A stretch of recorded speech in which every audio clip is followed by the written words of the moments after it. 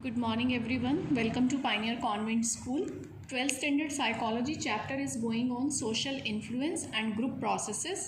उसमें हमारा आज का टॉपिक है influence of group on individual behaviour और इंडिविजुअल परफॉर्मेंस। तो टू सिचुएशंस होती हैं, one is the social facilitation, second is social laughing. Social facilitation हमने लास्ट टॉपिक में भी किया था जिसका नेम था सोशल फैसिलिटेशन और इनहिबिशन, जिसमें हमारी जो परफॉर्मेंस है वो जब सोसाइटी के सामने हम करते हैं या एक ग्रुप के सामने जब हम परफॉर्म करते हैं और ग्रुप के प्रेशर की वजह से जब वो इम्प्रूव्ड परफॉर्मेंस हम देते हैं तो उसे कहते हैं सोशल फैसिलिटेशन।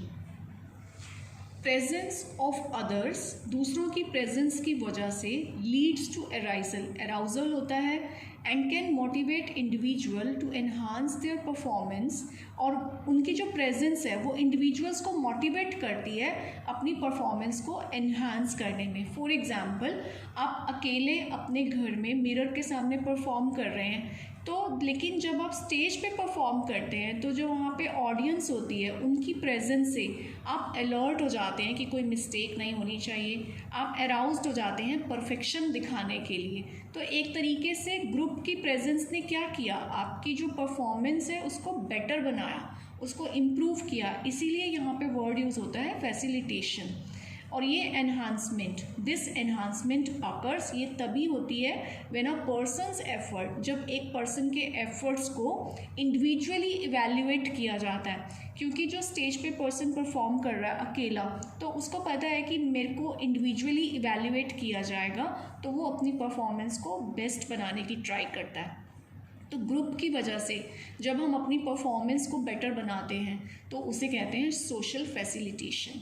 नाउ जो हमारा इंडिविजुअल एफर्ट था वहाँ पे अगर वो रिड्यूस हो जाता है, सोशल लॉफिंग का क्या मतलब होता है, this is a reduction in individual effort when working on a collective task. जब हम किसी ग्रुप में पार्टिसिपेट कर रहे हैं, हमें लग रहा है कि सिर्फ हमारे ऊपर रिज़ल्ट डिपेंड नहीं कर रहा, सबकी परफॉर्मेंस के ऊपर रिज़ल्ट डिपेंड करेगा, तो मेरे इंडिविजुअल एफर्ट को एप्रिसिएशन नहीं मिलेगी, यहाँ पे पूरी टीम को एप्रिसिएशन मिलेगी। तो वहाँ पे जो हमारा इंडिविजुअल एफर्ट होता है वो कम हो जाता है, मोटिवेशन थोड़ी सी कम हो जाती है, जिसके अंदर outputs are pooled with those of other group member. Means वही सेम बात है कि जो रिज़ल्ट है, जो आउटपुट है, जो भी अवार्ड होगा, रिवॉर्ड होगा या जो एप्रिसिएशन होगी, that will be pooled with other members also, वो दूसरों के साथ डिवाइड हो जाएगी, तो मोटिवेशन कम हो जाती है, इसलिए इंडिविजुअल एफर्ट भी कम हो जाता है। जब इंडिविजुअल एफर्ट कम होता है उस सिचुएशन को कहते हैं सोशल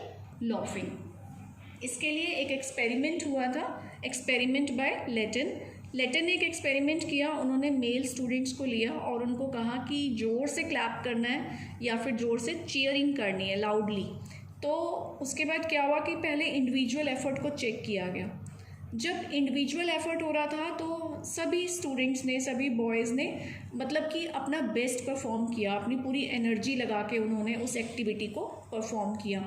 फिर उसके बाद उन्हें ग्रुप में कहा गया उसी सेम एक्टिविटी को परफॉर्म करने के लिए। तो ये ऑब्ज़र्व किया गया कि जो ग्रुप में परफॉर्मेंस हुई उसमें नेचुरली, क्योंकि ग्रुप में ज़्यादा मेंबर हैं तो नॉइज़ तो इंक्रीज़ हो गया, लेकिन जो इंडिविजुअल एफर्ट था, वो जो यहाँ पे इंडिविजुअल एफर्ट हुआ वो डिक्रीज़ हो गया, क्योंकि सभी को ये लग रहा था कि इतने सारे लोग हैं तो नॉइज़ जितना चाहिए वो तो क्रिएट हो ही जाएगा, तो मुझे एक्स्ट्रा एफर्ट लगाने की फिर क्या नीड है। तो रीजंस क्या होते हैं सोशल लॉफिंग के, let's see the reasons. Number 1, members feel less responsible in group.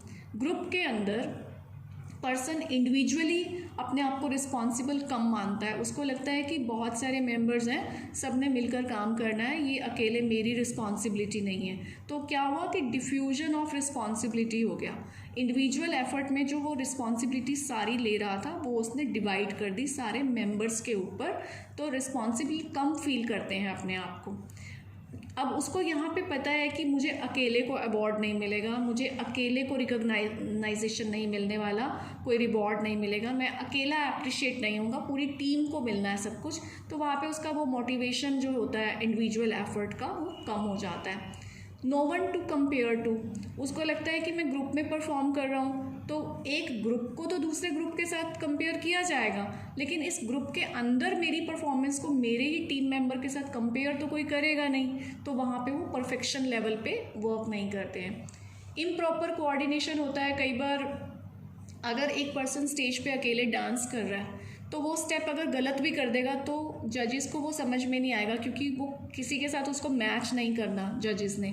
लेकिन अगर वो बहुत सारे मेंबर्स के साथ ग्रुप पे परफॉर्म कर रहा है और अगर उसका एक स्टेप भी इधर उधर हो गया तो कोऑर्डिनेशन रॉन्ग हो जाता है। Belonging to group is not important. Participant के लिए ग्रुप में वो बिलोंग कर रहा है वो कई बार इम्पॉर्टेंट नहीं होता, क्योंकि कई बार ग्रुप ऐसा बना दिया जाता है जिसमें वो लोग एक दूसरे को जानते नहीं हैं, उनका एक दूसरे के साथ कोई इमोशनल बॉन्डिंग नहीं होता है, उनका कोई कोऑर्डिनेशन नहीं होता। कई बार फोर्स्ड ग्रुप बना दिए जाते हैं, जैसे स्कूल ने कहीं कोई टीम भेजनी है और किसी स्टूडेंट का पार्टिसिपेट करने का मन नहीं है और उसको एक ऐसे ग्रुप के साथ पार्टिसिपेट करना पड़ रहा है जिनमें से वो किसी को जानता नहीं है। तो जब कोऑर्डिनेशन नहीं होगा, अटैचमेंट नहीं होगी, ग्रुप के साथ एक बिलोंगिंगनेस की फीलिंग डेवलप नहीं होगी, तो एफर्ट डेफिनेटली डाउन चला जाता है। That is called social laughing. तो ये सारे रीज़न हैं सोशल लॉफिंग के। Social laughing can be reduced, इसको कम किया जा सकता है, कोहेसिवनेस को इंक्रीज़ किया जा सकता है बाय दीज पॉइंट्स।